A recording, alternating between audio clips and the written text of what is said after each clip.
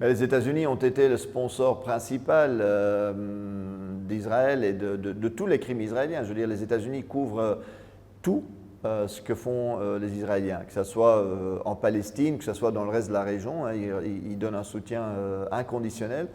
Et ça fait évidemment que les crimes israéliens sont aussi des crimes américains, enfin des crimes états-uniens.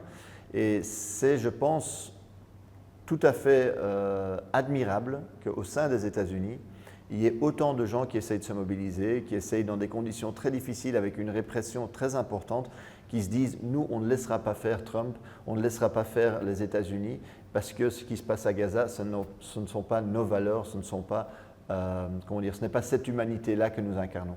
On voit aujourd'hui beaucoup de manifestations dans plusieurs pays européens. Face à cette pression populaire européenne, pensez-vous qu'Israël est désormais isolé? Non, isolé, non, parce que, comme je dis, il y a toujours un énorme soutien des États-Unis et de gouvernements européens. Ce qui se passe avec cette mobilisation, c'est clairement que, d'un point de vue, disons, l'opinion publique, c'est clair que l'opinion publique voit ce qui se passe. Je veux dire, voit les images sur les réseaux, les bébés tués, les bâtiments, les hôpitaux, les écoles bombardées, etc.